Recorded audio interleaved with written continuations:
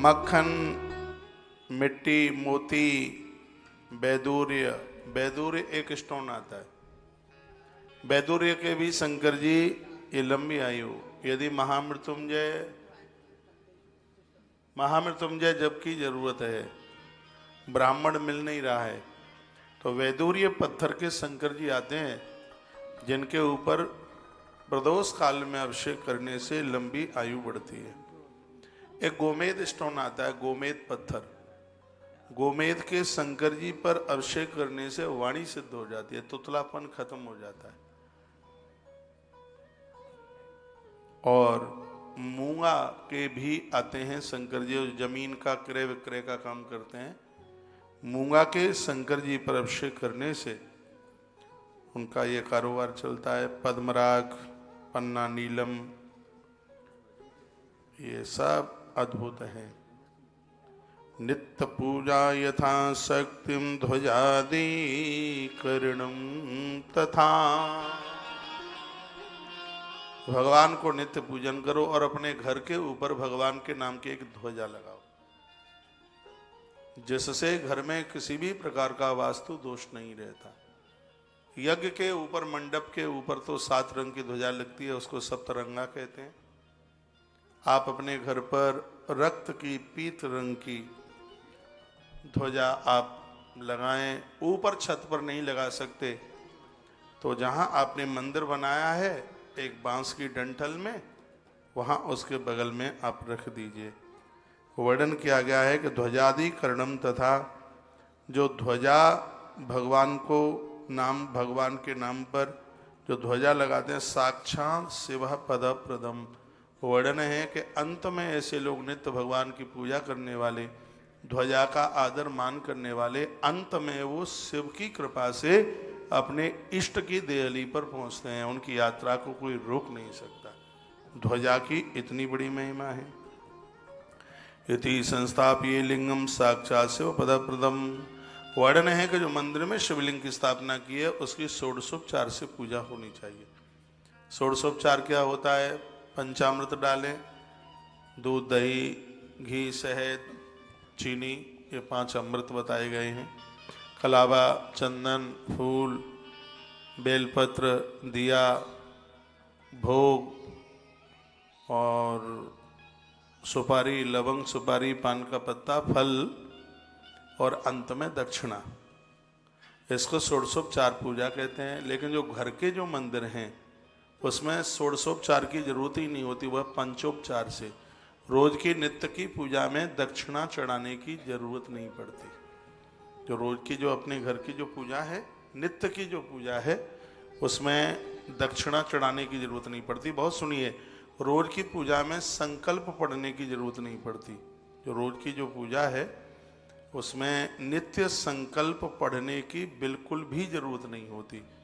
नित्य की पूजा में दीपक पूजन की जरूरत नहीं होती, दिया जला करके रख लो, पूजा की जरूरत नहीं होती। रोज की पूजा में धरती पूजन की आवश्यकता नहीं होती। रोज की पूजा में, रोज की पूजा में दसों दिशाओं में चावल फेंकने की जरूरत नहीं होती।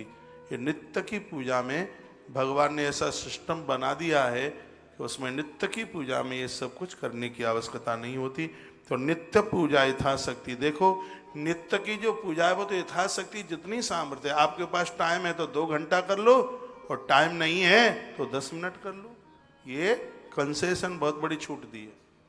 क्या लिखा है? नित्य पूजा यथाशक्ति, जितनी आपकी शक्ति है यथाशक्ति। शक्ति के बैठ करके कर सकते हो तो बैठ के कर लो, मूड़ा पर बैठ के कर सकते हो तो उस पर अगर को डरा दिया जी कुर्सी पे बैठ के करोगे तो वो तो कुछ नहीं मिलेगा।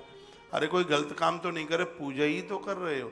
यथाशक्ति शरीर जैसे आपका काम करता है वैसे करो, लेकिन करो जरूर। बैठ नहीं सकते हैं तो मैं तो कहूँगा लेटे लेटे स्मरण कर लो उनका। स्पष्ट लिखा है इसमें, वर्णन है कि नित्य पूजा यथाशक्ति।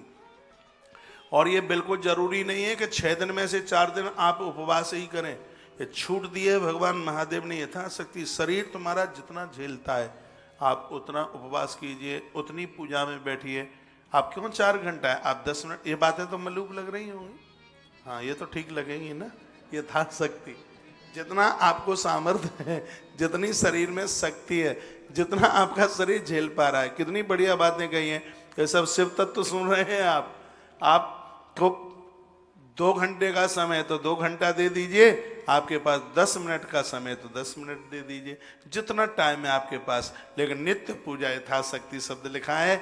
भगवान को नित्य वंदन, उनके चरणों में रोजाना धूप प्रणाम, जितना बैठ सके उनके सामने, जो भी उनके पास पान फूल पत्ती जो भी कुछ चढ़ा सकते हैं तो वह आप कर लीजिएगा।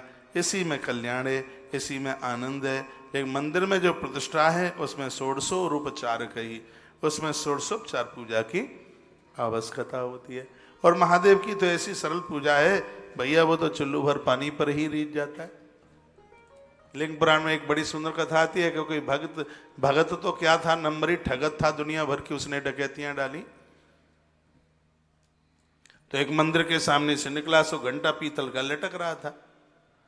उसको लगा कि लोहा तो बहुत चुराया, क्यों ना ये घंटे ही उतार लें, सो महंगा बिक जाएगा। सो घुस गया मंदिर में। अब वो घंटा इतना ऊपर था कि हाथ तो पहुंचता नहीं, और मंदिर में कहीं कोई सीढ़ी बीड़ी थी नहीं, तो वो तो जूता पहने महादेव की पिंडी के ऊपर चढ़ गया। घंटा उतारने को जैसे हाथ लगाया तो पिंडी फाड़ के महादेव प्रकट, हाथ में त्रिशूल था ही। वो तो डर गया कि ये तो पत्थर में छिपा बैठा महादेव और ये पेट फाड़ेगा। सो गिर गया चरणों में, कहा बाबा गलती हो गई, मुझे नहीं पता था कि तुम इस पत्थर में भी बैठे हो। भगवान शंकर कहने लगे, भगत मांग वरदान क्या चाहिए? बहुत सरसों के फूल चढ़ाए हैं तूने, बहुत गुलाब के फूल, कमल के फूल, दुनिया भर के फूल तूने चढ़ाए। शंकर को अरेर का फूल, सरसों का फूल, ये सगरे महादेव को बड़े प्रिय लगते। तूने बड़ा अरे कहा, मैंने तो कुछ नहीं चढ़ाया, मैं तो चोरी करने के लिए आया था। वो तो हाथ नहीं वहां तक पहुंच पा रहा था, वहां तक तो धोखे से आपके ऊपर चढ़ गया। बाबा मुझे क्षमा कर दो, माफ कर दो। भोलेनाथ बोले कि ऐसा भगत तो पहली बार आया है। कोई तो पौवा भर दूध चढ़ाता, कोई लोटा भर के पानी चढ़ाता, ऐसा भगत पहली बार आया है कि जिसने अपने आप को ही मेरे ऊपर चढ़ा दिया। मांग वरदान। ऐसे वरदानी भैया ये महाशिव है, ये बड़े कल्याणकारी हैं। जो इनका पुजारी है तो इनकी ही कृपा है, ये इनकी कृपा के बिना तो भैया संभव ही नहीं हो सकता। आप जिन भी देवी देवताओं को मानते हो, पूजते रहिए, लेकिन अपनी पूजा में भगवान महादेव को जगह जरूर दीजिएगा। माघ शुक्ले, माघ के महीने में या फागुन के महीने में जब भी कोई ऐसी संक्रांति, तो हर संक्रांति जब भी महीने में संक्रांति आती है तो वर्णन है कि महादारिद्रम समनम सर्वसम्मत कर्म भवेत। संक्रांति के समय, प्रदोष के समय पर, शिव चौदस के समय पर, अष्टमी के दिन, सोमवार के दिन भगवान शंकर का किया गया अभिषेक महादरिद्र शमनम, घोर से घोर गरीबी का नाश कर देती है पूजा। क्योंकि शंकर का अभिषेक करने से कुबेर प्रसन्न होते हैं, और यक्षों के मालिक हैं कुबेर। कुबेर संपत्ति के मालिक हैं और वह संपदा देते हैं कुबेर। तो शंकर की जो आराधना है, जो पूजा है, वो बड़ी अद्भुत है। शिवजी की पूजा से मनुष्यों को भोग और मोक्ष दोनों प्राप्त हो जाते हैं। शंकर जी की पूजा से, मैं श्लोक बोले देता हूँ, लिखा है कि शिवस्य यजनम गेयम भोग मोक्ष प्रदम नृणाम वाराध देव यजनम। ऐसा देवता है कि संसार की जो भी वस्तुएं हैं वो मिल जाएंगी, और मृत्यु के तत्पश्चात जो भी आपका इष्ट है उसके घर चले जाओ। परमात्मा ऐसे महादेव, ऐसे अबडरदानी ये देव हैं कि जो भी आपका इष्ट है, राम कृष्ण, वहीं की टिकट काट के श्रीमान दे देते हैं। यह इनकी बहुत बड़ी महिमा है। तो पूजा में इनके लिए तो जगह, इनके लिए तो स्थान होना ही चाहिए। कुछ बातें हैं। कार्तिक में रविवार के दिन, वैसे तो 12 महीना, यदि 12 महीना ना कर पाओ तो कार्तिक में जितने भी रविवार पड़े, रविवार के दिन सूर्य की पूजा करने से, तिल और रुई का दान करने से कुष्ठ रोग समाप्त हो जाता है। कार्तिक के महीने में जितना भी रविवार आवे, चर्म संबंधी जितनी भी बीमारियां हैं, दवाई लग जाती है, औषधि लग जाती है, बीमारी खत्म हो जाती है। एक बार ये बात फिर रिपीट कर रहा हूं मैं। और इस श्लोक के साथ ये बात मैं बोल रहा हूं कि कार्तिक आदित्य वारेषु निर्णाम आदित्य पूजना तैलका सुख दानास्तु भवेत कुष्ठादि संचय। 20 महीना हो गए हैं कथा कहते हुए, 591वां दिन है। अभी तक मेरे पास में ऐसा कोई किसी का फोन नहीं आया जिसने ये मुझे कहा हो फोन करके कि तुम शास्त्र प्रमाणित बात नहीं बोले हो, क्योंकि मैं बिना शास्त्र के कोई बात ही नहीं करता। क्या सुंदर बात कही है कि कार्तिक मास में जितने भी रविवार पड़े, रविवार का व्रत करके और सूर्य भगवान की उपासना करके आदित्य हृदय स्तोत्र का पाठ करके कटोरी में गंगाजल भर के उस जल को, जिसको सफ़ेद दाग हैं ये बीमारी है, वह स्त्री पुरुष उसको पिए, तिल और रुई का दान करें। इससे कुष्ठ रोग का नाश हो जाता है, वह रोग समाप्त हो जाता है। इतनी बड़ी महिमा है, इतनी बड़ी महिमा। और भी लिख लीजिएगा, हल्दी, काली मिर्च, वस्त्र और दूध, इनका दान करने से, ब्राह्मण को ये चीजें देने से, इससे भी 6 रोग का नाश हो जाता है। क्या क्या चीज है? हल्दी, काली मिर्च, वस्त्र और दूध। काली मिर्च भी है, दूध, कपड़ा, हल्दी, इसका दान करने से भी ये बीमारी 6 रोग समाप्त हो जाता है। वर्ड ने लिखा है, हरित कीमरीचीनाम वस्त्र क्षीरादिदानतः ब्रह्म प्रतिष्ठया चैव क्षय रोग क्षयो भवे। 6 रोग समाप्त हो जाता है। और ये सब बातें भगवान महादेव बोल रहे हैं। इस धरती पर आनंद ही आनंद है। कोई करके तो देख ले। दीपक और सरसों का तेल, इसका दान करने से मृगी रोग समाप्त हो जाता है। दिया, दीपक पीतल के दिए और सरसों के तेल का दान करने से मृगी रोग, बड़ा खतरनाक होता है, बड़ा घातक होता है, इसका दान करने से औषधि लग जाती है, दवाई लग जाती है और रोग समाप्त हो जाता है। और ये बातें लिख लें। मुझे तो ये लग रहा है कि मैं तो 20 महीने में ये बात ही पहली बार बोल रहा हूँ। तो हर रोज कथा में एक नया भाग होता है, नई बात होती है। और जो पुरानी बातें रिपीट करी हुई बोल दी तो फिर तो आप बोर भी होंगे। या तो फिर ग्रंथ बदलो या फिर वक्ता बदलो, दोनों में से एक तो बदलो। फिर वही की वही बात वो वहीं सुनाई, वो माँ सुनाई, भिवाड़ी में वही सुना दी, दौसा में वही सुना दी, कलकत्ता में वही सुना दी, फिर सोनीपत में वही सुना दी। तो या तो किताब बदले या फिर बोलने वाला बदले। स्थान बदल जाता है तो बोलने वाले की कथा भी बदले फिर। तो क्या सुंदर लिखा है, दिया और सरसों के तेल का दान करने से मृगी का रोग समाप्त हो जाता है।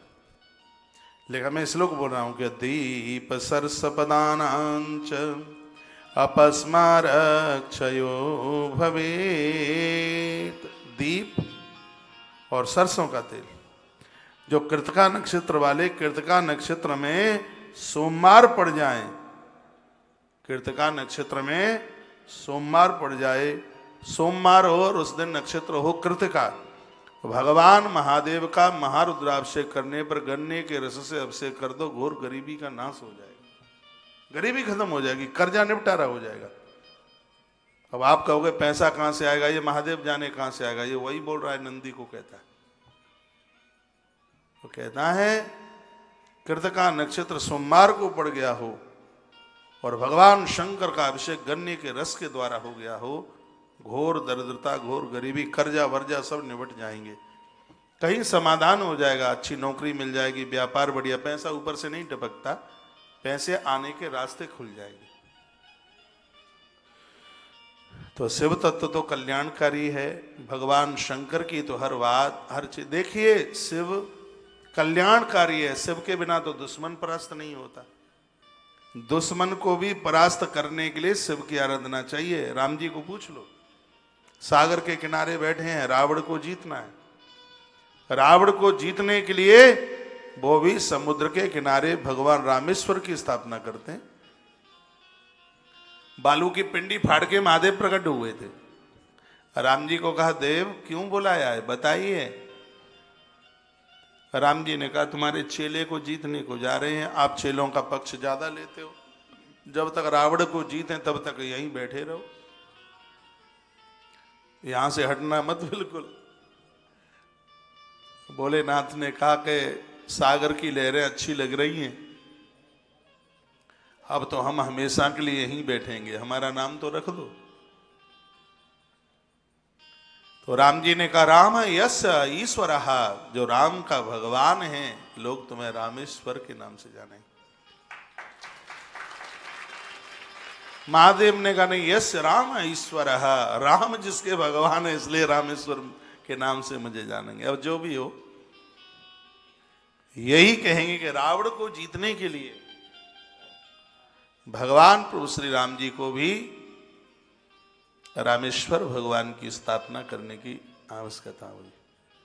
शिव ने दर्शन दिए और राम ने बड़े आनंद के साथ कहा जो रामेश्वर भगवान के ऊपर गंगोत्री का जल चढ़ा देंगे उन्हें सायुज्य मुक्ति मिल जाएगी। आज शायद रामायण की चौपाई बोली नहीं है कोई, रामायण की चौपाई तो हल्दी वाला दूध समझ लो सोते समय। रामायण की चौपाई तो अरहर की दाल में जीरा और गैया के देसी घी का तड़का समझ लो, जीभ पर पानी मत ले आना पर।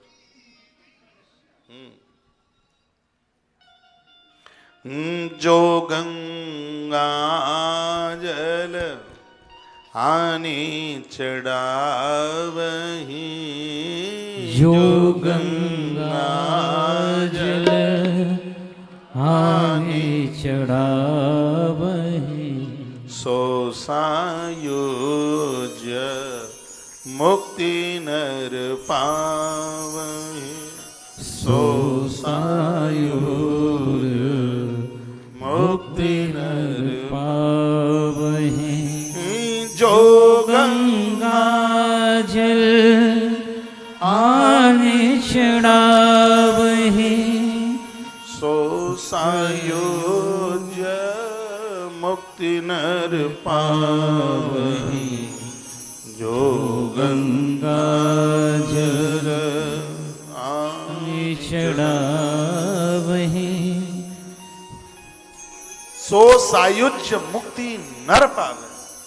सहज में उन्हें मुक्ति मिल जाएगी। जब भी कभी रामेश्वरम जाओ तो गंगोत्री का जल ना मिले तो हरिद्वार का मिल जाए, गंगा जल, और जाके उसमें थोड़ा सागर का जल मिलाना, समुद्र का। फिर महादेव के ऊपर रामेश्वर नाथ के ऊपर चढ़ा करके आइए, मृत्यु के समय पर पांव में कांटा लगे इतना भी कष्ट नहीं होगा, राम जी का दिया वो वरदान है।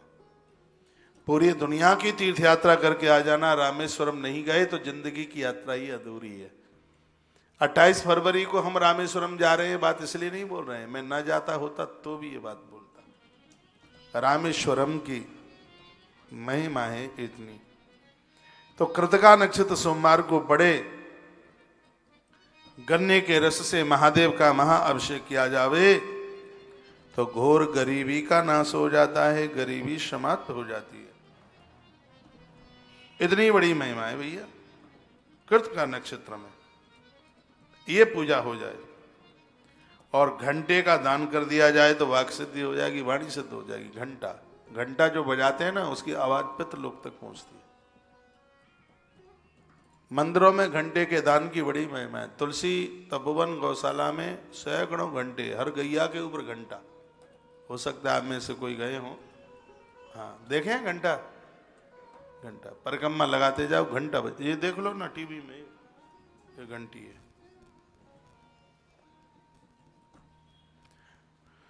इसमें वर्णन है, स्पष्ट वर्णन है कि घंटे का दान करने से वाणी कर्कश नहीं होती, मृदुल होती है, मीठी होती है वाणी, मधुरभाषी होते हैं।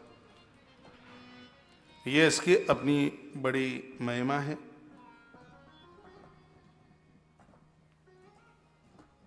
कृतिका नक्षत्र बुधवार को पड़े और भगवान महादेव का अभिषेक किया जावे और दही भात का भोजन ब्राह्मण को कराया जावे तो जिस नारी को संतान नहीं है महादेव की कृपा से उसे संतान प्राप्त हो जाएगी। एक बार फिर रिपीट करूं ये बात। कृतिका नक्षत्र बुधवार को पड़े, मंगलवार को पड़ेगा तो वाक सिद्धि हो जाएगी। मंगलवार का अभिषेक वाणी भूषण बना देता है। लोगों के तो दिमाग में यही है कि शंकर जी का अभिषेक सोमवार को होता है। मंगलवार को शंकर जी का अभिषेक कृतिका नक्षत्र पड़ जाए तो वाणी आवाज सिद्ध हो जाएगी। बुधवार को कृतिका नक्षत्र पड़ जाए, शंकर जी का अभिषेक करके दही भात का भंडारा, एक ब्राह्मण ब्राह्मणी दोनों को दही भात उसको जमाया जाए तो योग्य संतान का जन्म हो जाएगा। गर्भ में संतान हो और कृतिका नक्षत्र बुधवार को पड़ गया हो तो किसी ब्राह्मण को बुलाइए, शंकर जी का अभिषेक कीजिए और उसको दही भात उसको जमा दीजिएगा। ये इसका प्रभाव है, इसके द्वारा योग्य संतान का जन्म होगा। रिकॉर्ड कर लो ये बात मोबाइल में, ये बहुत ज्यादा जरूरी है। कीड़े मकोड़े न पैदा हो, अच्छी संतान का जन्म हो। कृतिका नक्षत्र पड़ता रहता है, आ जाता है। आजकल तो कैलेंडर आते हैं, उसमें भी सब कुछ लिखा होता है। आजकल मोबाइल ने तो पंचांग ही खरीदना लोगों का बंद कर दिया। आजकल तो पंडित जी लोग भी सब कुछ उसी में देखते हैं मोबाइल में।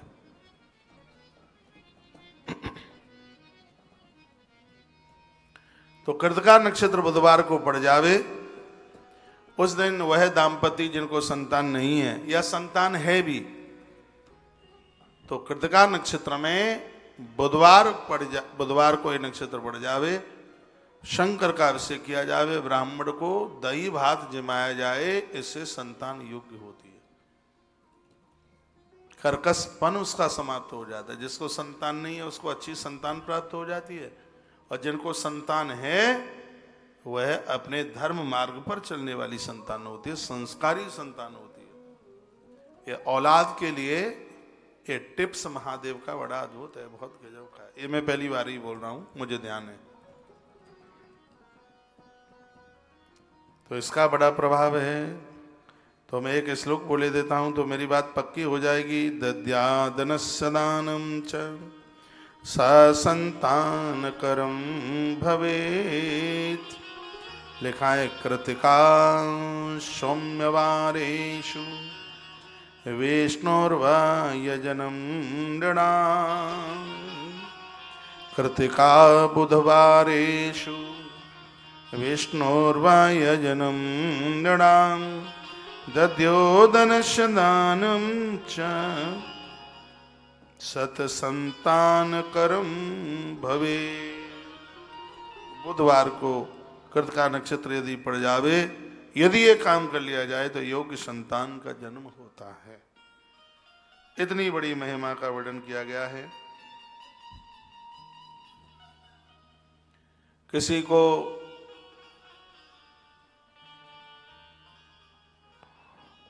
बड़ी दिक्कत हो रही है, बच्चे बड़े बड़े हो गए हैं, विवाह नहीं हो रहा है, शादी, ये बहुत बड़ा दुख है।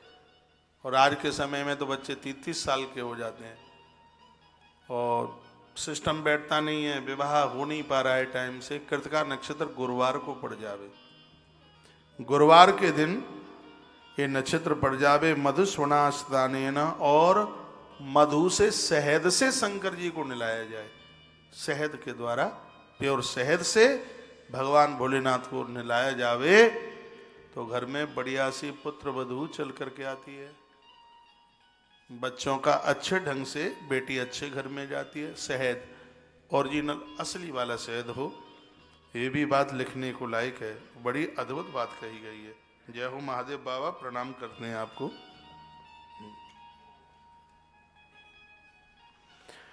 तो ऐसी अद्भुत बातों का वर्णन किया गया है। शुक्रवार के दिन महामृत्युंजय मंत्र का जप करने से आरोग्यता मिलती है, लंबी उम्र मिलती है और संपत्ति मिलती है। शुक्रवार को ये महामृत्युंजय जप की बहुत बड़ी महिमा है अपने आप में। तो स्वयं भगवान अपने मुख से जिन बातों को वर्णित किए हैं वो बड़ी अद्भुत है। शंकर जी की एक गायत्री है, एक गायत्री जपना 100 नाम लेने के बराबर है, यानी एक माला के बराबर है एक गायत्री। वह है तत्पुरुषाय विद्महे महादेवाय धीमहि तन्नो रुद्रः प्रचोदयात्। वेद का मंत्र है। ओम तत्पुरुषाय विद्महे महादेवाय धीमहि तन्नो रुद्रः प्रचोदयात्। गायत्री गिरने से बचाती है, पतित होने से बचाती है। आपने देखा है कभी जपते जपते माला छूट जाती है, नींद आ जाती है। कभी देवताओं की गायत्री भी जपिए, नींद नहीं आएगी। गयकम त्रायते पादात गायत्री मुच्यते ही सा। गायत्री उसे कहते हैं जो भक्त को गिरने से बचा दे,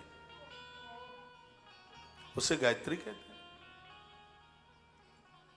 तो हर देवता की गायत्री है, कोई भी देवता हो सबकी गायत्री है। दुर्गा जी की गायत्री है।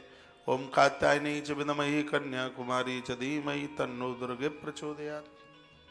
कृष्ण की गायत्री है। ओम नारायणाय विद्महे वासुदेवाय धीमहि तन्नो कृष्ण प्रचोदयात्। हनुमान जी की गायत्री है। ओम रामदूताय च विद्महे वायुपुत्राय च धीमहि तन्नो हनुमत प्रचोदयात्। गुरुदेव की भी गायत्री है। ओम वेदांतनाथाय विद्महे हिरण्यगर्भाय धीमहि तन्नो सद्गुरु प्रचोदयात्। सबकी गायत्री है। एक बार फिर बोलूं। ओम वेदांतनाथाय विद्महे हिरण्यगर्भाय च धीमहि तन्नो सद्गुरु प्रचोदयात्। गणेश जी की गायत्री है। ओम एकदंताय विद्महे वक्रतुंडाय धीमहि तन्नो दंति प्रचोदयात्। सभी देवताओं की गायत्री। और जिसकी पूछना हो कथा के बाद में पूछ लेना। कथा छूटने के बाद भी रोज मिल रहा हूं और सुबह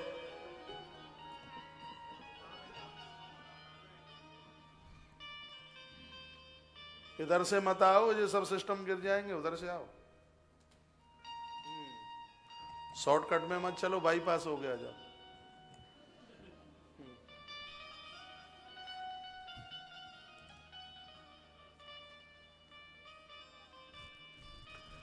बोले श्री हनुमान जी महाराज की जय।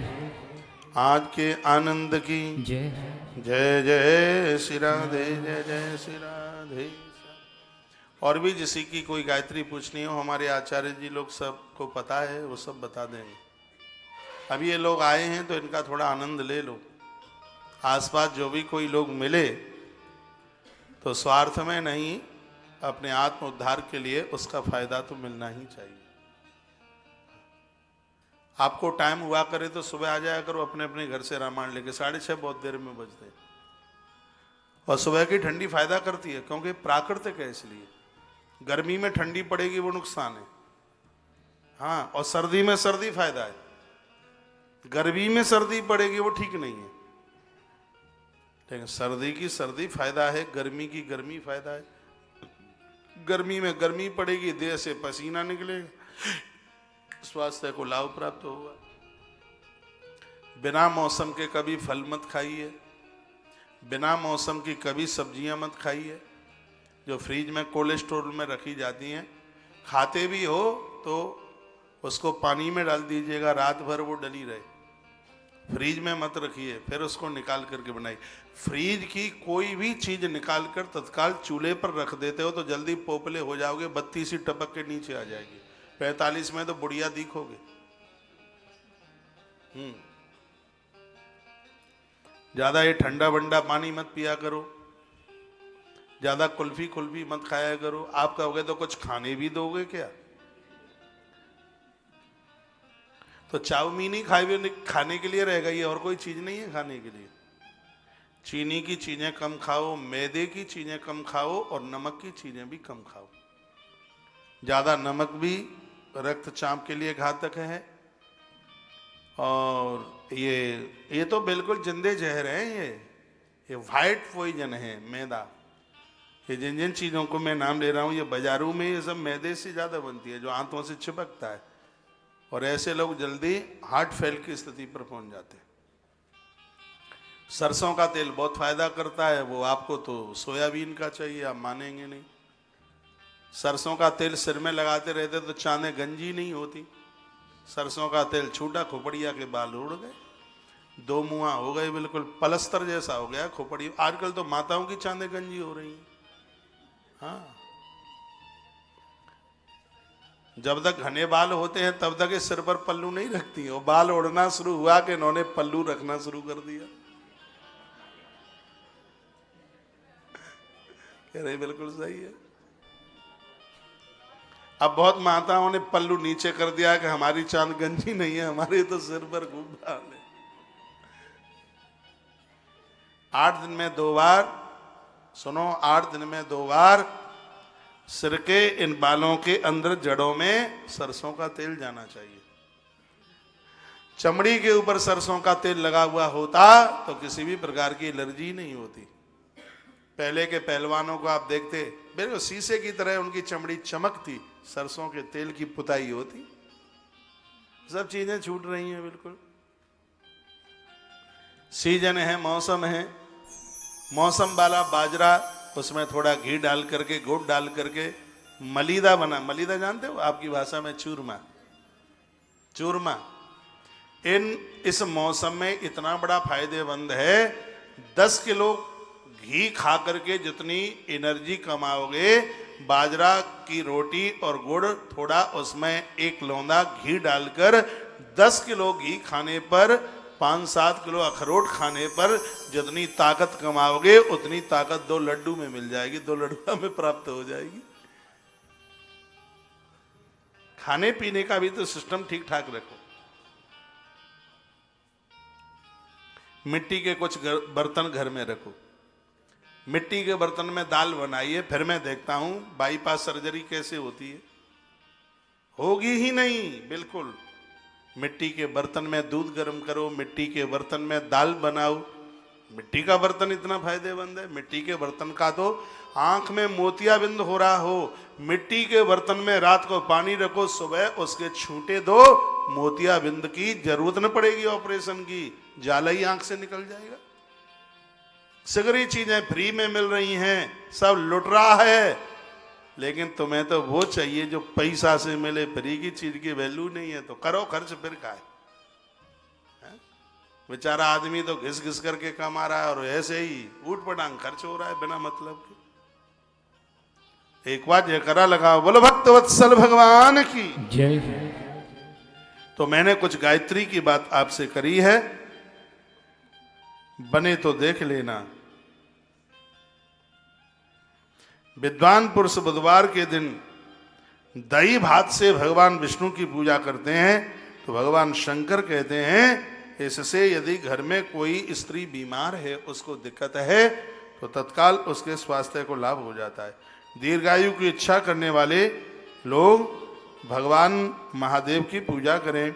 ब्राह्मणों को भोजन कराने से, उन्हें षड रस खिलाने से भैया कुबेर का भंडार भी घर में आके बैठ जाता है। हफ्ते में, महीने में, 15 दिन में एक बार तो ब्राह्मण देवता के चरण पड़ जाएं घर में। ये मैं कोई जाति पक्ष वाली बात नहीं कह रहा हूं, आपके कल्याण की बात कर रहा हूं। इस साल कोरोना में बहुत चले गए, उनका अंतिम संस्कार, उनका भंडारा भी नहीं हो पाया, उनकी त्रयोदशी नहीं हुई, 13 ब्राह्मण नहीं उनके जिम पाए, तो बड़ी दिक्कत परेशानी हो रही है। बहुत लोग हमें मिले कि वो रात को दिखाई देते हैं, वो बड़े परेशान हैं। गरुड़ पुराण में लिखा है किसी व्यक्ति के नाम से धर्मशालाएं बना दो, बड़ी बड़ी चीजें बना दो, लेकिन उस जीव की संतुष्टि के लिए ब्राह्मण का भोजन होना जरूरी है। अब क्या करें, 11.5 महीने से पहले, साल से पहले जो भी तिथि आती है, महीने की शुक्ल पक्ष की है तो शुक्ल पक्ष की तिथि में, यदि कृष्ण पक्ष की है तो कृष्ण पक्ष की तिथि में, कोई भी महीना हो, उनके नाम से 26 ब्राह्मणों को भोजन करा दो, वो संतुष्ट हो जाएंगे। ग्रंथ में लिखा है समय पर हो जाए तो 13, और यदि समय से नहीं हो पाया है, चूक गए हैं, तो उसका दूना कर दीजिए। 26 ब्राह्मणों को भोजन कराने से उन्हें तृप्ति मिल जाएगी। ब्राह्मण को जमाने से देवता भी तृप्त होते हैं और भैया पितर भी तृप्त होते हैं। बोलो भक्त वत्सल भगवान की जय। श्री हनुमान जी महाराज की जय। ऐसे ब्राह्मण मिल जाएं जो गायत्री जपते हैं।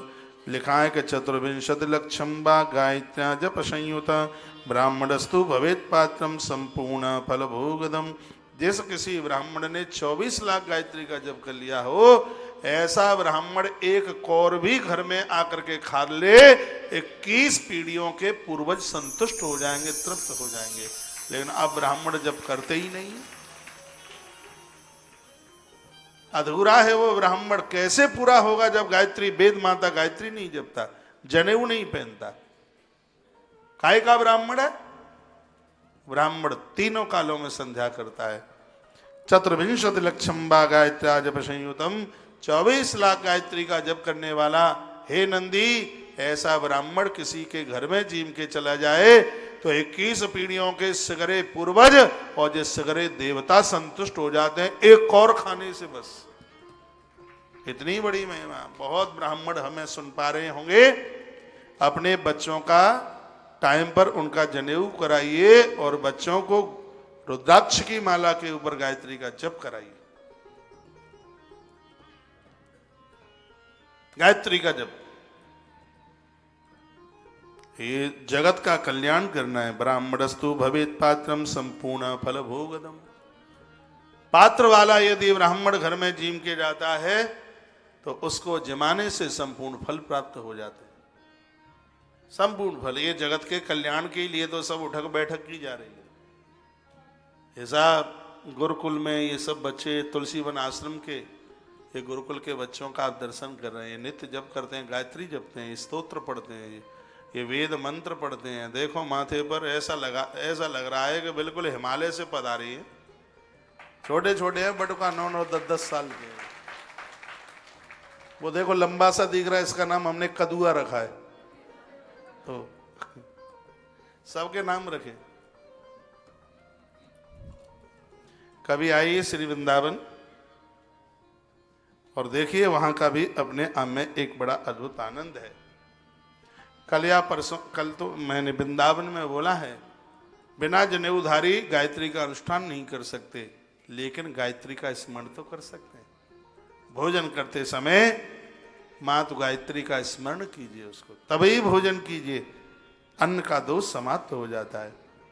तो लिखा है पतनात्र्यायते पात्रम शास्त्रे प्रपूज्यते। यदि कोई ब्राह्मण अपने पतन से बचना चाहता है तो जब तक अंतिम श्वास ना निकल जाए तब तक शास्त्रों का पाठन करना ना भूले, ग्रंथ पढ़ता रहे, गायत्री जपता रहे। तो यदि ऐसा नहीं करेगा तो भैया पतन हो जाएगा। ब्राह्मण जगत कल्याण के लिए इस धरती पर आया। पंचकोटि जपम कृत्वा सदा शिव समो भवेत, एकद विचित्रतः कुट्टाम ब्रह्मादीनाम पदम ब्रजेत। बताया गया कि यदि कोई स्त्री पुरुष 5 करोड़ ओम नमः शिवाय का जप कर लेते हैं, वो साक्षात शिव और शिवा के रूप में हो जाते हैं। 5 करोड़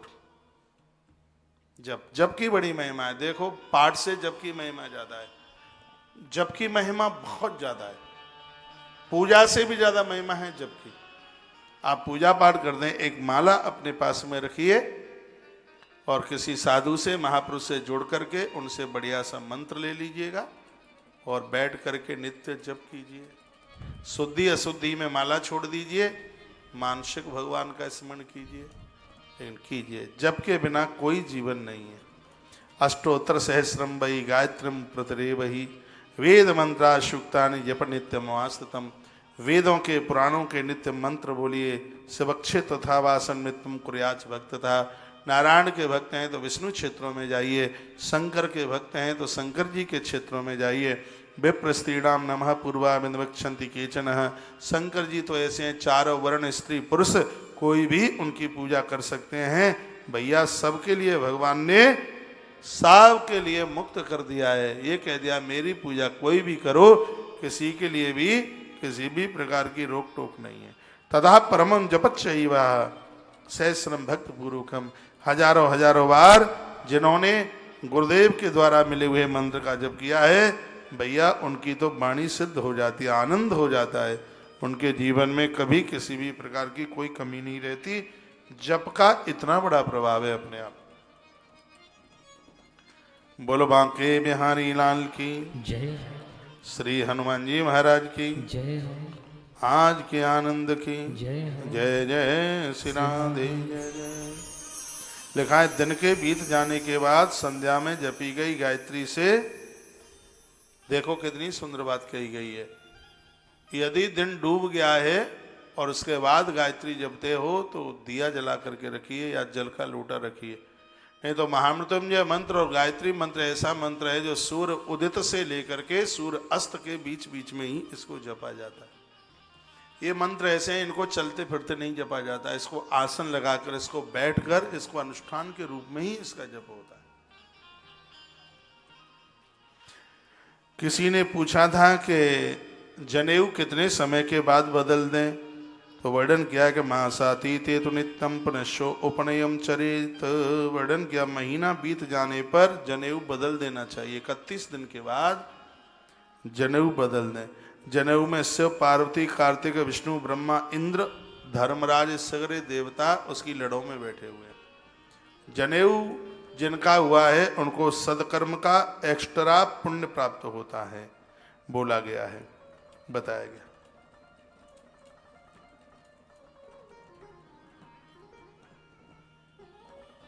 वर्णन किया है कि वह लोग अति पावन हैं जहां जिस जगह पर शिष्य को गुरुजनों के द्वारा मंत्र प्राप्त हुआ है उसका प्रभाव किसी देवालय से कम नहीं है। मंत्र ग्रहण करने वाला व्यक्ति सभी देवताओं का मंत्र ओमकार लगा सकता है। जिसने गुरुजनों से मंत्र लिया है उसी को अधिकार है, वो किसी भी देवता के मंत्र में ओमकार लगाने का अधिकारी है, ऐसा वर्णन है। नहीं तो ओम लगाने का अधिकार फिर सबको नहीं है। मैं श्लोक बोले देता हूँ जिसमें वर्णन किया है। सर्वान् देवान् नमस्कृत्य स्थिर बुद्धि स्तरासन प्रणवम पूर्वमभ्यस्य गायत्रीमभ्यसेत् ततं जीव ब्रह्म विषयं बुद्ध्या प्रणववशेष त्रिलोक्या षष्टिकर्तान् स्त्रीकर्तान् मुख्यतः। मैंने 2 श्लोक बोले हैं। इस श्लोक में लिखा है प्रणवम पूर्वमभ्यस्य, प्रणव कहते हैं ओमकार को। जिसने गुरुमुख से मंत्र सुना है वह हर देवता के मंत्र में ओम लगा करके जप करने का अधिकारी है। नहीं तो ये ओम लगा करके जप करने को सबको अधिकार नहीं है। तीनों लोकों के सृष्टिकर्ता ब्रह्मा, विष्णु और स्वयं महादेव हैं। और वर्णन है इसमें कि गुरु मंत्र में भले किसी एक देवता का मंत्र मिला है लेकिन उस गुरु मंत्र के जपने से तीनों देवता अपने आप में अत से प्रसन्न हो जाते हैं, अत से गदगद हो जाते हैं, खुश हो जाते हैं। भगवान महादेव के द्वारा ये सब बातें बताई जा रही है, आनंद हो रहा है। लक्ष्य 12 युक्तस्य पूर्ण ब्राह्मण ईरिता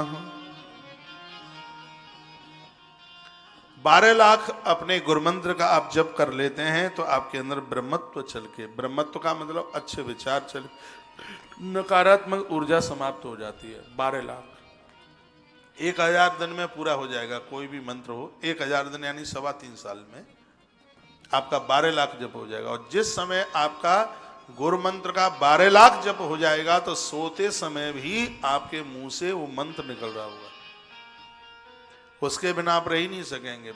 3.25 साल यानी 1000 दिन तक तो आपने मंत्र को जपा, फिर मंत्र इतनी हैबिट में आ जाता है वह कि आप सो रहे होंगे तो भी आपके अंदर से वो मंत्र की ध्वनि निकल रही होगी, मंत्र निकल रहा होगा। कुछ दिनों के लिए यदि अभ्यास आपने कर लिया तो यह लोग परलोक ये सिगरे के सिगरे बन जाएंगे भैया।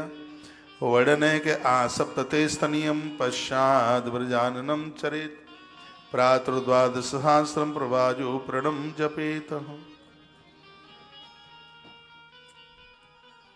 फिर तो वो सब बताया है, चारों आश्रमों का वर्णन किया। इतने साल तक, इतने तक ब्रह्मचर्य आश्रम, उसके बाद गृहस्थ, उसके बाद वानप्रस्थ और उसके तत्पश्चात संन्यास आश्रम की बात कही।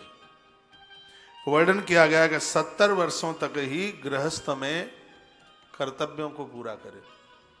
ये जितने भी मेरे भाई लोग मुझे सुन पा रहे हैं, मैं हाथ जोड़ के निवेदन कर रहा हूँ, भगवान शंकर की इस बात को सुन लें। भगवान महादेव कहते हैं कि कलयुग में लास्ट 70 साल तक ही घर गृहस्थियों के काम को वृद्धजन करें। लास्ट 70 बहुत होती है। मुझे तो लग रहा है भोले बाबा आपने ज्यादा बोल दिया है, लेकिन शंकर जी आपके बहुत पक्ष में है।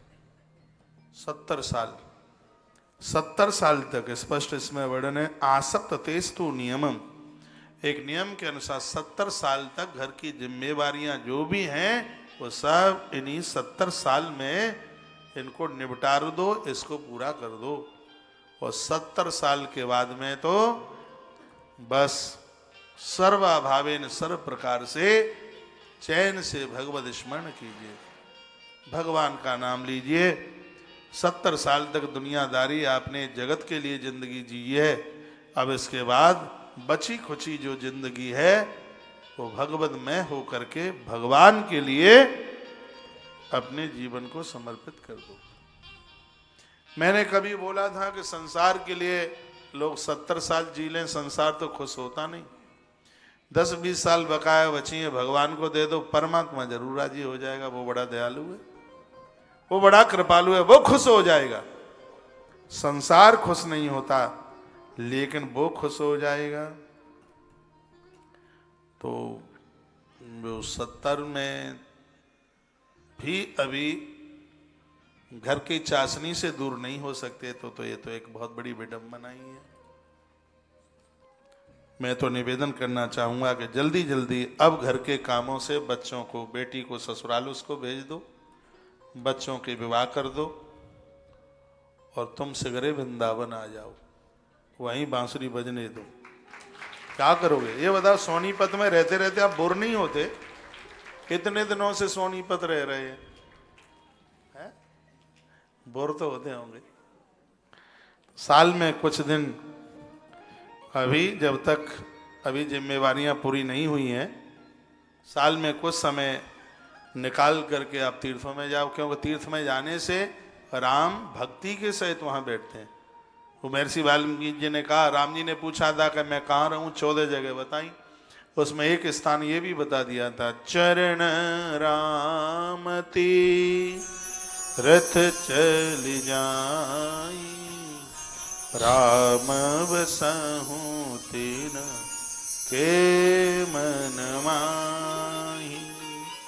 चरण रामती रथ चल जाई, राम बसहु तीन के मन माही। सब बोलो, ई चरण रामती रथ चलिया है, राम बसहु तीन के मन माही। चरण राम रथ चलिया है, राम बसहि तिन के मन माही। जिनके चरण तीर्थ यात्रा में जाते हैं, हे राम उनके हृदय में वास कीजिए। तीर्थ में जब भी जाएं तो स्नान, जप और दान, ये 3 काम जरूर करना। आज की कथा को यहीं से स्टार्ट किया। भगवान महादेव ने ये बात बोली है, मंत्र जरूर जपना, जप करना। तीर्थों में जाओ तो होटलों में कम रुको, बाबा जियों के आश्रमों में ज्यादा रुको। इसलिए तो एक साधु की जरूरत है कि तीर्थ में हम जाएंगे तो उनके यहाँ होटलों में तुम्हें सुविधाएं मिल जाएंगी, लेकिन अध्यात्म जीवन नहीं मिलेगा, अध्यात्म आनंद नहीं मिलेगा। उसमें तो ऐसी तो रजाइयाँ तुम्हें मिलेंगी जिसमें 36 पहले सो सा करके गए, सब ऐसा ही मिलेगा। वो तो होटल है। तीर्थों में जब आप जाते हैं भैया, वहाँ महापुरुषों के यहाँ वेद ध्वनि हो रही है, शंख घंटा घड़ियाल बज रहे हैं, आनंद हो रहा है, वहाँ हरि चर्चा ही हरि चर्चा वहाँ होती है। और मंत्र का यह प्रभाव है कि दुर्गुणों को समाप्त करता है। अरे राम जी ने मंत्र मांगा, औरों की तो बात छोड़िए, महात्मा अगस्त के सामने राम जी मंत्र मांगते हैं। कहते हैं कि अब सो मंत्र देहु प्रभु मोई, अब सो मंत्र देहु प्रभु मोही। जेहि प्रकार रहो मुनि द्रोही, जेहि प्रकार रहो मुनि द्रोही। ये राम जी ने ही तो कहा था, गुरुदेव मुझे ऐसा कोई मंत्र दे दीजिए जिससे मैं जो संतों के साथ दुश्मनी रखते हैं इनको समाप्त कर दूं। तो मंत्र की बड़ी महिमा है। शिव तत्व के माध्यम से मैं यह भी निवेदन करना चाहूंगा, जीवन में साधक बनिए और नित्य कोई एक मंत्र जपिए। मंत्र आनंद देगा, माथे में टेंशन नहीं रहने देगा। ये मंत्र का प्रभाव। मंत्र कहते ही उसको है जो मन के ऊपर नियंत्रण करा दे, उसी को तो मंत्र कहते हैं। मंत्र का बहुत बड़ा विज्ञान। फूल की तरह रहोगे, नित्य जप करोगे तो नित्य जप कीजिए।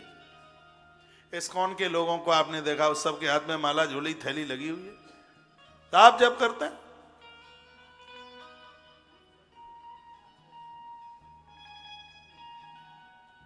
आप एक विधि के अनुसार कीजिए, बैठ करके कीजिए, जूता चप्पल उतार के कीजिए। चलते फिरते आप जप कर सकते हैं, लेकिन उसमें माला हाथ में नहीं, जूतियां चप्पल पाम में नहीं। उस समय मानसिक जप कीजिए। और माला लेकर के आप जप कर रहे हैं तो उसमें बड़ी शुद्धता, पवित्रता। बहुत लोग मूली भी चबाते रहते हैं, गाजर भी खाते रहते हैं, ओम नमो भगवते वासुदेवाय, ओम नमो भगवते वासुदेवाय, फिर कतर लिया ओम नमो भगवते वासुदेवाय। मैंने देखा है। उसमें शुद्धता हो, शुचिता हो, पवित्रता हो। तो मंत्र का एक भैया बहुत बड़ा विज्ञान है। ये तो तत्काल जीवन को आनंद देता है। देखिए, मंत्र में ओम लगता है। ओम को कहते हैं प्रणव। ओम को संस्कृत में कहते हैं प्रणव। प्रणव का अर्थ क्या है? प्रणव यानी जो ओम आप जपते हैं, ओम का अर्थ क्या है? ओम यानी प्रणव। प्रणव की संधि विच्छेद कर दें तो प्रणव बराबर प्रणव। इसमें जो प्रह शब्द है, प्र शब्द का अर्थ होता है ये प्रह यानी प्रपंच। प्रणव में 3 शब्द है, प्रा, ना और वा। तीनों को मिलाकर के प्रणव बनता है। तो प्र माने प्रपंच, ना माने नहीं, और वा का अर्थ है तुम्हें। तुम्हें संसार से प्रपंच नहीं होगा यदि ओमकार जपते रहोगे मंत्र के संग। तो प्रपंच नहीं रहेगा जीवन में, फालतू की चीजें नहीं रहेंगी, बेकार नहीं रहेंगे। प्रणव का अर्थ ही यही है। प्र माने प्रपंच, ना माने नहीं, वा माने तुम। तुम्हें संसार से किसी भी प्रकार का प्रपंच न रहने दे, उसको ओम यानी प्रणव कहते हैं। और ये गुरु दीक्षा इसलिए तो ली जाती है, मंत्र इसलिए तो लिया जाता है कि संसार की भौतिकताओं से, संसार की वासना से, संसार के अपराधों से किसी भी प्रकार का प्रपंच ना रहे। उसके लिए हमें एक समझदार गुरु की जरूरत होती है। सहस्र मंत्र जपतेन नित्य शुद्धो भवेत् पुवान्। हजारों नाम जो लोग रोज ले लेते हैं, उनका हृदय बिल्कुल निर्मल हो जाता है, मन पवित्र हो जाता है। बहुत ध्यान से सुनिएगा। धन पवित्र होता है दान करने से, और तन पवित्र होता है सेवा करने से, और मन पवित्र होता है भगवान का भजन करने से। तन पवित्र सेवा किए, धन पवित्र कर दान, मन पवित्र हरि भजन सो होई त्रिविध कल्याण। मन की पवित्रता मन मजबूत होना चाहिए। मन मजबूत होगा, दुनिया में तुम्हें कोई पराजित नहीं कर सकता। और मन कमजोर होगा तो इस दुनिया में तुम्हें कोई भैया विजय नहीं दिला सकता। मन के हारे हार है, मन के जीते जीत। बादाम खाने से मन मजबूत नहीं होता, नहीं होता। काजू पिस्ता अखरोट खाने से मन मजबूत नहीं होता। मन मजबूत होता है भगवान का स्मरण करने से, परमात्मा का जप करने से मन मजबूत होता है। तो मन को मजबूत कीजिए, मन को पवित्र कीजिए। सत्संग आत्मा की खुराक है, जप मन की खुराक है। तो ऐसे बेचारे मन को उसकी खुराक से क्यों दूर रख रहे? जप करें, भगवत स्मरण करें, परमात्मा का नाम लें, और गुरुजन गुरु महाराज जो नियम बताएं उन नियमों को फॉलो करें।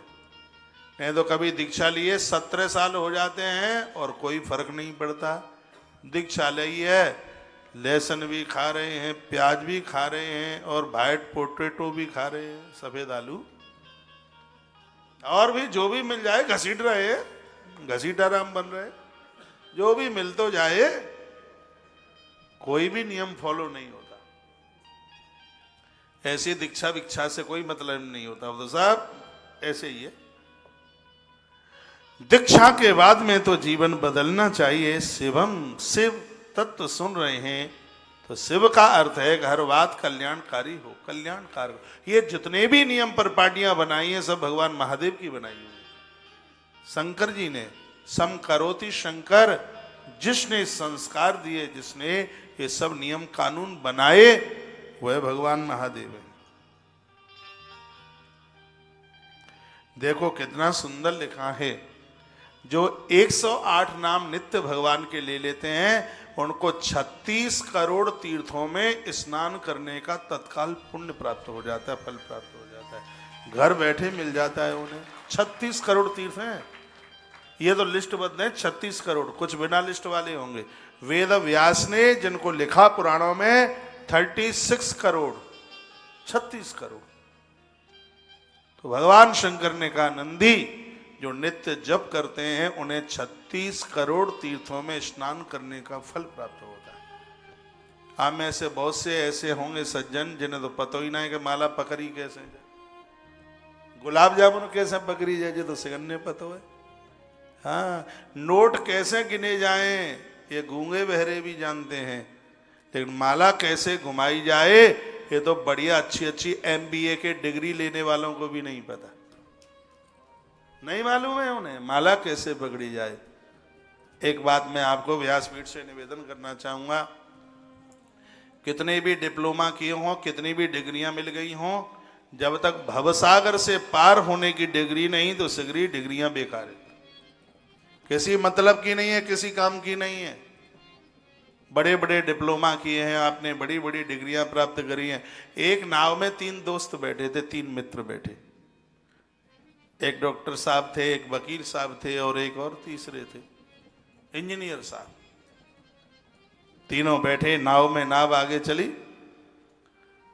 माता जी आज जल्दी नहीं जा रहे हैं आप? है?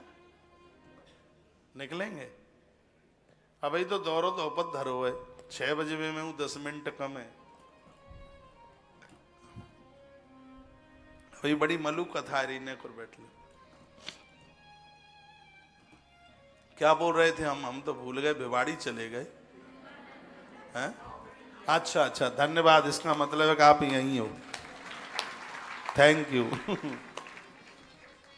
एक नाव में 3 दोस्त मित्र बैठे थे, तो नाव जैसे आगे चली तो डॉक्टर साहब बोले, अरे भाई केवट ये बता, किसी को जुकाम बुखाम हो जाए तो कौन सी दवाई लेके ठीक हो जाएगा? तो केवट हंसा पहले तो, बोला हमें क्या पता है, डॉक्टर साहब जो पर्ची पे लिख के दे देंगे हम खरीद करके ला करके गोली खा लेंगे। हाँ, तो डॉक्टर साहब बोले इस दुनिया में सब तरह के लोग हैं, देखो मूर्खों की भी कमी नहीं है, इसको जुकाम की दवाई का नहीं पता, तेरी तो चाराना जिंदगी यूं ही चली गई। थोड़ा सा और आगे चले तो वकील साहब बोले, ये बताओ कोई किसी की खोपरिया फाड़ दे तो कौन सी धारा लगेगी? जो जिस लाइन में जीता है उसको वही दिखता है। कभी कभी हम भी गाड़ी में बैठकर जब निकलते हैं तो शीशे में से ऐसे हाथ जोड़ लेंगे, बगल वाला पूछेगा, चालक कहेगा कि महाराज जी किसको प्रणाम किया है? हमने कहा मंदिर को। का मंदिर तो नहीं था। मैंने कहा फिर क्या था? अरे वो पेट्रोल पंप था। कई बार ऐसा हुआ है। हमने कहा हमें तो मंदिर लगा। आप व्यापारी लोग कोई बड़ा सा कारोबार किसी का देख लें तो अपना कारोबार उतना पसंद नहीं आएगा, कहेंगे जी ऐसा यही ना हम कर लें, इसमें तो मुनाफा ज्यादा है। हम लोग भी कहीं बड़े बड़े ग्राउंड देख लें चलते चलते तो एक बार दिमाग में बात आ जाती है, अरे मैदान बहुत बढ़िया है, इसमें तो लठ गड़ना चाहिए कथा का। अब वो वकील साहब उसमें बैठे तो वकील साहब कहें कोई किसी का तरुआ फाड़ दे। तरुआ जानो हमारे वृंदावन की देसी भाषा है, खपरिया। काऊ को तरुआ फाड़ दे तो कौन सी धारा लगेगी? का हमने तो काऊ की खुपरिया फाड़ी ना, हमें का पता है। वकील साहब बोले, अरे पगलू तेरी भी कोई जिंदगी है क्या? तेरी तो चारा ना यूं ही चली गई। अब आगे और थोड़ी सी नवरिया चली तो वो तीसरे दोस्त बोले, क्या नाम है उनका, इंजीनियर साहब, अरे बड़ा बढ़िया, बहुत बढ़िया, अच्छे अच्छे नक्शे बनाते, अच्छे डिजाइन बनाते, वो क्या कहें, बड़े कारीगर थे, हाथ के उस्ताद। वो बोले, भाई साहब यह बताओ तुम,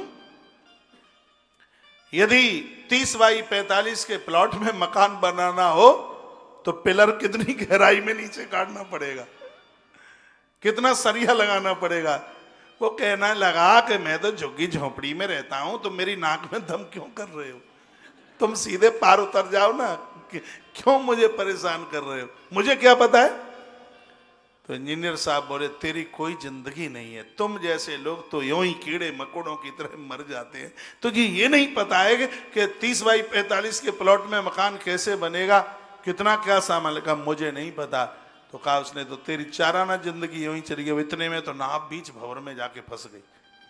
तो वो केवट बोला, जी ये बताओ, नाव बीच में अटक गई है, तुमसे तैरना वैरना आता है कि नहीं? सो तीनों के तीनों बोले, तोबा तोबा, हमें कहां तैरना आता है।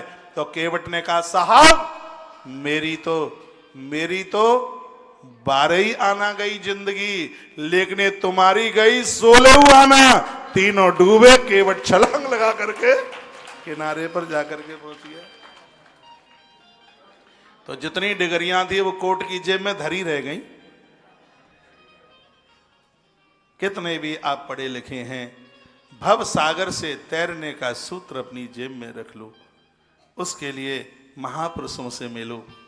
ये होशियारी उनके पास में है, वो बता देंगे कि कैसे भव सागर से। इसलिए तो राम जी कहते हैं, अब सो मंत्र देहु प्रभु मोई, अब सो मंत्र देहु प्रभु मोहि, जेहि प्रकार मां रहो मुनि द्रोही, जेहि प्रकार रहो मुनि द्रोही। जिससे मैं दुष्टों को समाप्त करूं,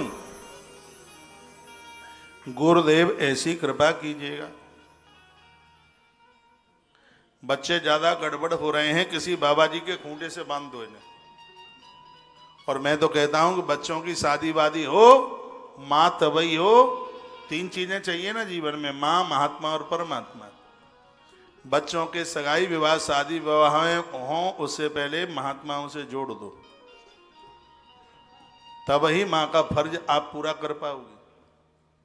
मैंने देखा दीक्षे के समय पर बान प्रस्थित होने को तो 10 बार जना बोलो ओम, वो कहेंगे कौन?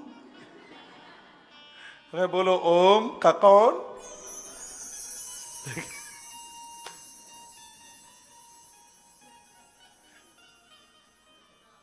ये तो सबको पता है कि बूढ़े मठ पर तो कलई भी नहीं टिकती, पलस्तर नहीं टिकता।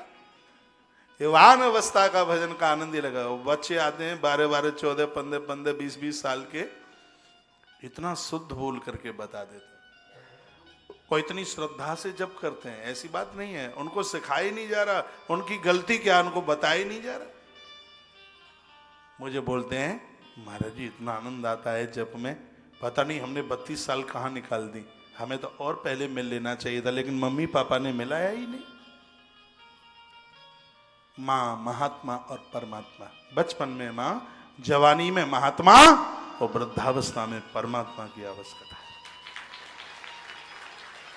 बुढ़ापे में गुरुजनों के पास नहीं जाते, कोई दिक्कत की बात नहीं है, कोई दिक्कत की बात नहीं। जब करो मानसिक स्मरण करो, नित्य परमात्मा तुम्हारी देखभाल करने के लिए आएगा। ये पक्की बात है, गुरु गीता में शंकर कहते हैं, युवान अवस्था में खूब तीर्थ यात्रा करो। कौन है भाई?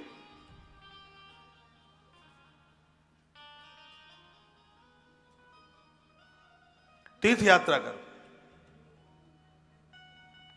और मैं तो कहना चाहूंगा, ये बहुए घर में आवे तब तक कर लो सिगरे तीर्थ यात्रा। ये बहू आएगी तो कहेगी डुकरिया तो बहुत डुल्लू है, हाँ, ये आवे उससे पहले ही 4 धाम बद्रीनाथ, केदारनाथ, रामेश्वर, द्वारका सब कर लो पहले। बात की तो बात की बात है। एक बार जयकारा लगाओ, बोलो बांके बिहारी लाल की जय। श्री हनुमान जी महाराज की जय। जय जय श्री राधे, जय जय श्री राधे, जय जय। श्री राधे। नित्य भगवत जप कीजिए। गुरु उपदेशम संगम्य सुखवासे सुभूतले। भगवान शंकर कहते हैं गुरुजनों का संदेश जिन्होंने स्वीकार किया और उनके जीवन में सुख नहीं आया, नंदी ऐसा कभी हो ही नहीं सकता। उन्होंने कहा गुरु उपदेशम संगम्य सुखवासे सुभूतले। इस धरती पर आनंद का अनुभव वो कर पाएंगे साधु संग, साधु संग, साधु संग रमिए। महापुरुषों का संग, उनका साथ करें। अभी आप केसी घाट की कुछ तस्वीरें देख रहे थे जिसमें कई नावें दिखाई दे रही थी। चुनरी पूजन हो रहा था, ब्रज यात्रा, 84 कोस ब्रज यात्रा तुलसी वन आश्रम हर वर्ष करता है। हर साल इतना आनंद होता है। हो सकता है कभी इधर से भी भक्तजन गए हों। चुनरी पूजन, नदियां चुनरी से अति प्रसन्न होती हैं, दीप से अति प्रसन्न होती हैं, नारियल से पूजन से वो अति प्रसन्न होती हैं। घर की संभ्रांतता, आयु, परिवार, कुटुंब, खानदान सब बढ़ता है। ये चुनरी मनोरथ हो रहा है। इसके बाद में फिर परिक्रमा आरंभ होती है। अपने मानवीय जीवन में मैं भाई लोगों को कहूंगा कि माता पिता से ऋण से मुक्त होने के लिए इन्हें एक बार ब्रज 84 कोस की यात्रा जरूर कराना। ब्रज 84 कोस की परिक्रमा करके कोई आवागमन के चक्कर से न छूटे, ऐसा नहीं हो सकता। एक लंबे समय तक वो भगवान का परिकर बनकर राधा माधव के धाम में गोलोक में वास करता है, चाहे स्त्री हो चाहे पुरुष। जीवन की सर्वोच्च यात्रा है कैलाश मानसरोवर यात्रा, ब्रज यात्रा, वाराणसी की यात्रा, अयोध्या की यात्रा और उज्जैन की पंचकोशी यात्रा और नैमिषारण्य की यात्रा और चित्रकूट की यात्रा। ये विशेष यात्रा है। ब्रज 84 कोस का तो मुकाबला ही नहीं है।